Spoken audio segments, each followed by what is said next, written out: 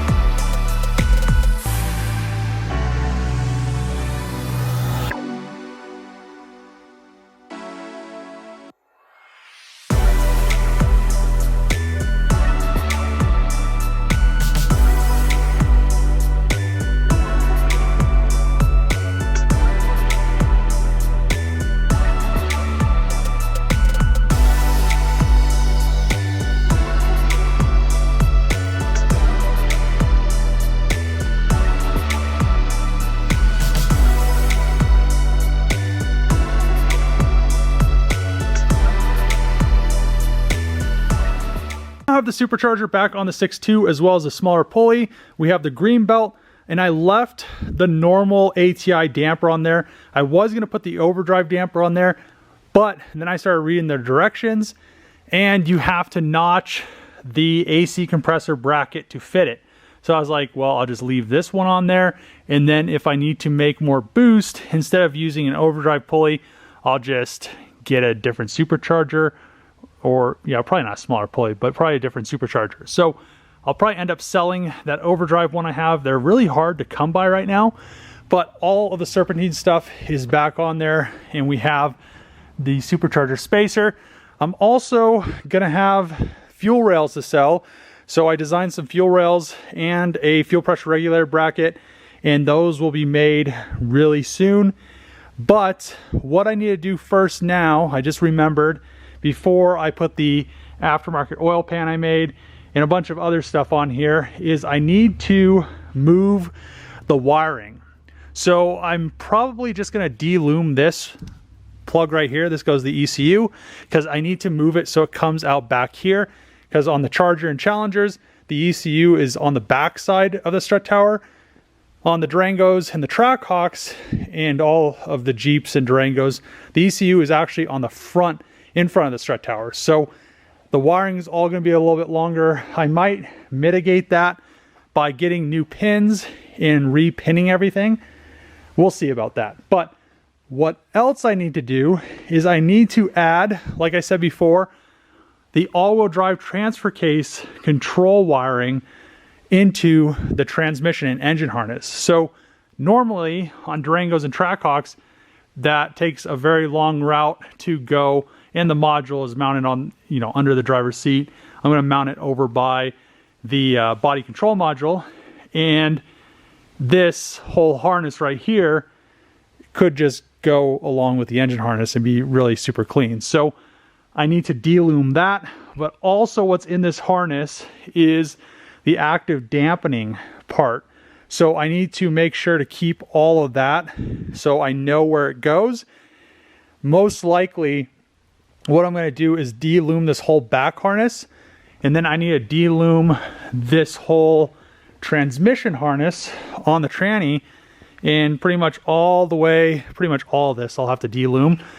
And then I need to add the wiring, and then I will re-loom it. So this goes to the injectors and the alternator, and I need to actually move this wire right here, which I may end up having to get another wiring harness for this, because it puts it in a weird spot as well.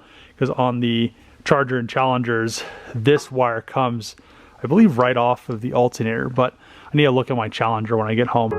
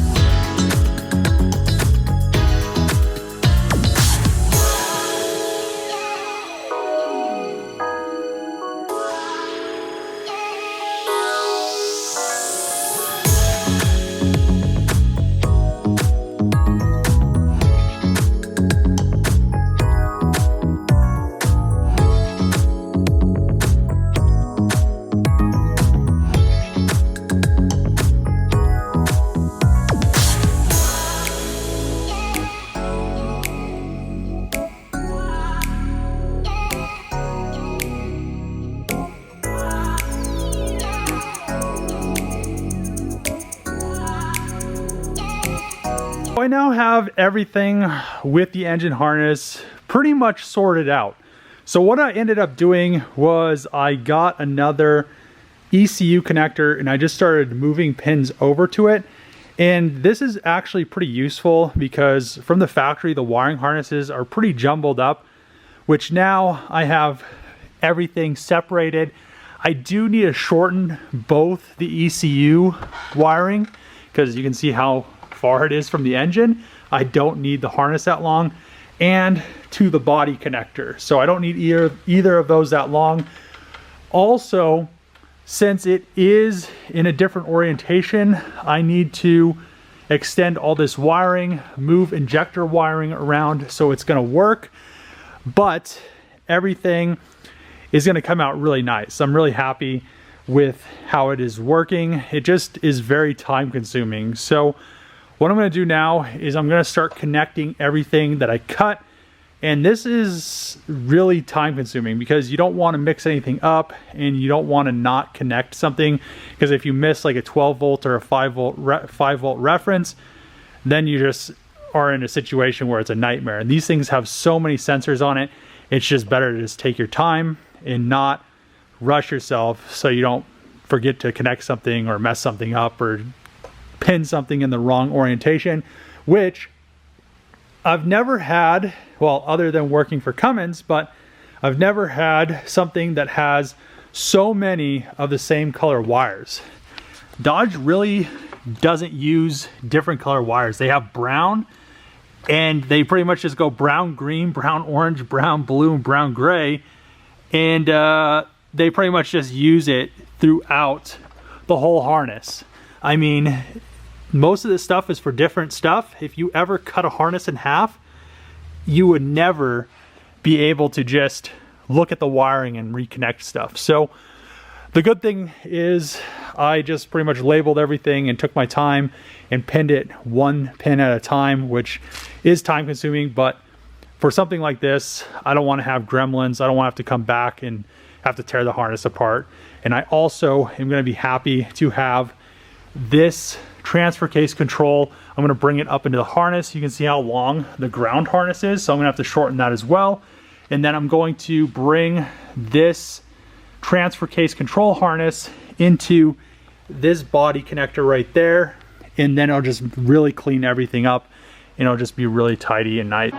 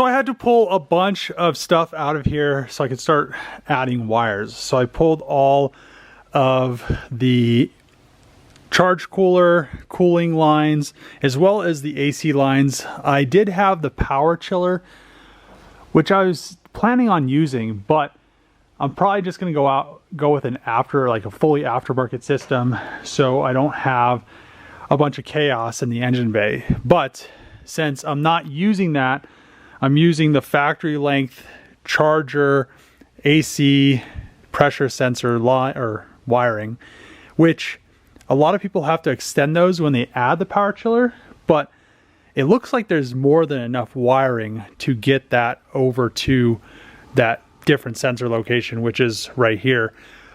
But on top of that, then there is 2 more solenoids that I'd have to wire up. And at that point, it's just getting too complicated for what it is. And also, it is a smaller unit. There is the power chiller right there. And I would rather just not have to really deal with it. So I'm going to be doing something a little bit different.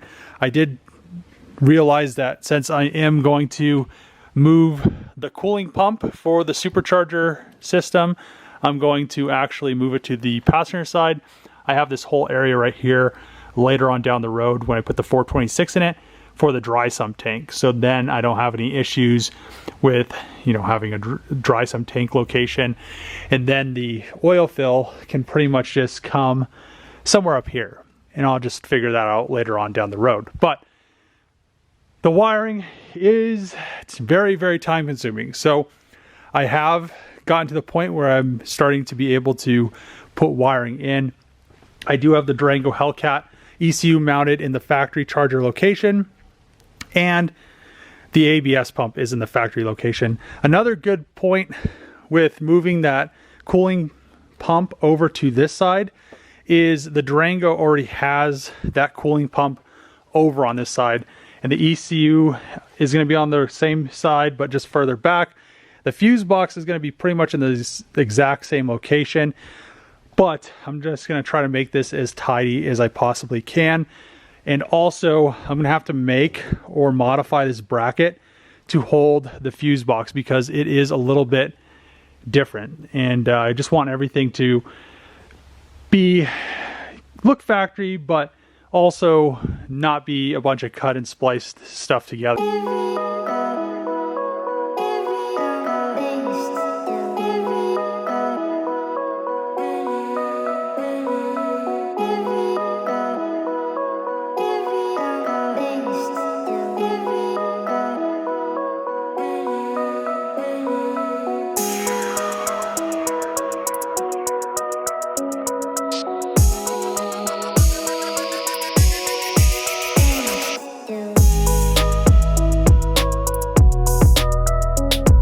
So I'm going to wrap the video up here. I still have some wiring to do on the engine harness, but most of that wiring is just shortening the harness. So I need to get the engine in the car so I can get all those wires the correct lengths.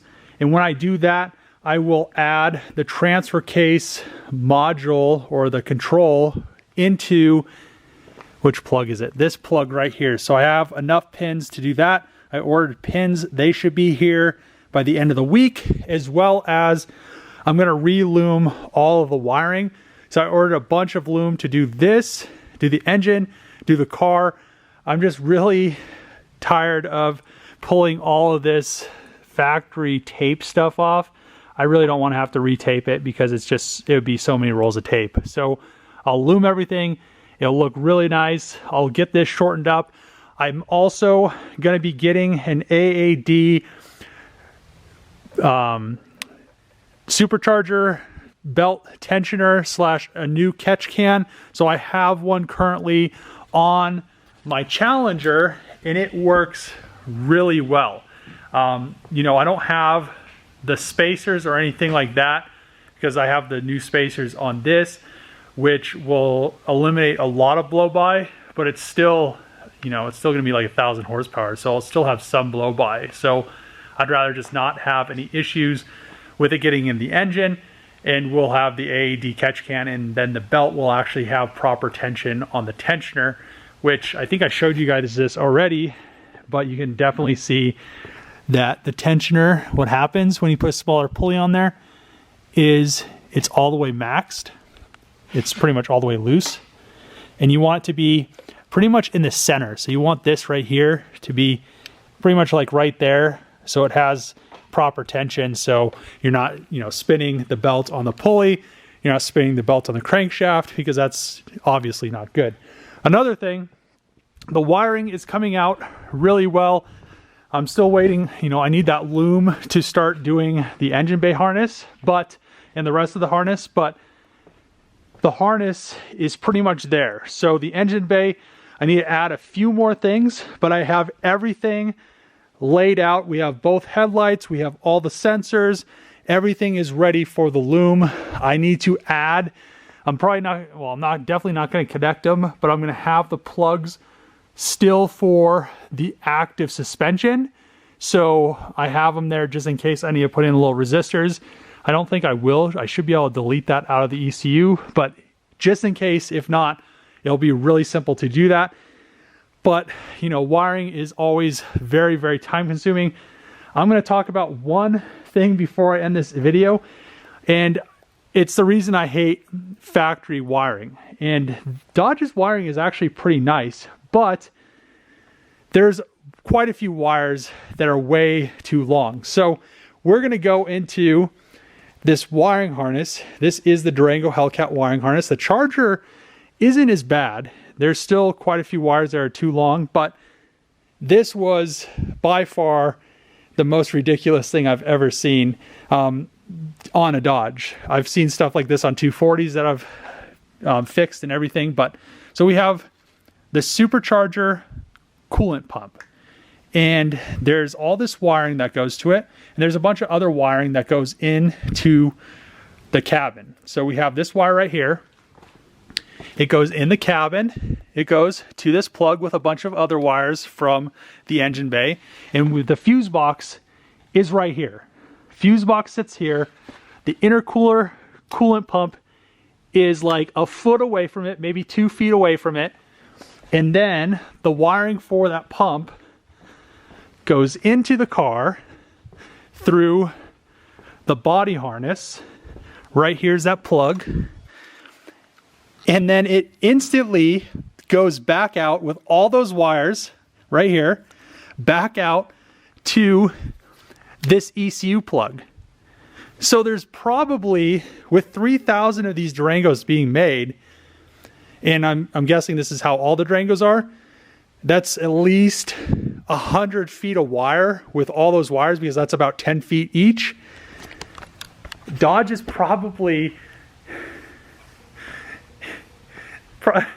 literally wasting like 300,000 feet of wire. That can't be cheap for like no reason. It's crazy. So, you know, if you work for Dodge, maybe recommend, you're like, oh, I know we could save 300,000 feet of wire. But I can't wait to have the engine in there. I'm going to end the video here. If you like these videos, make sure to click the subscribe button, thumbs up, throw a comment below. As always, see you guys next time.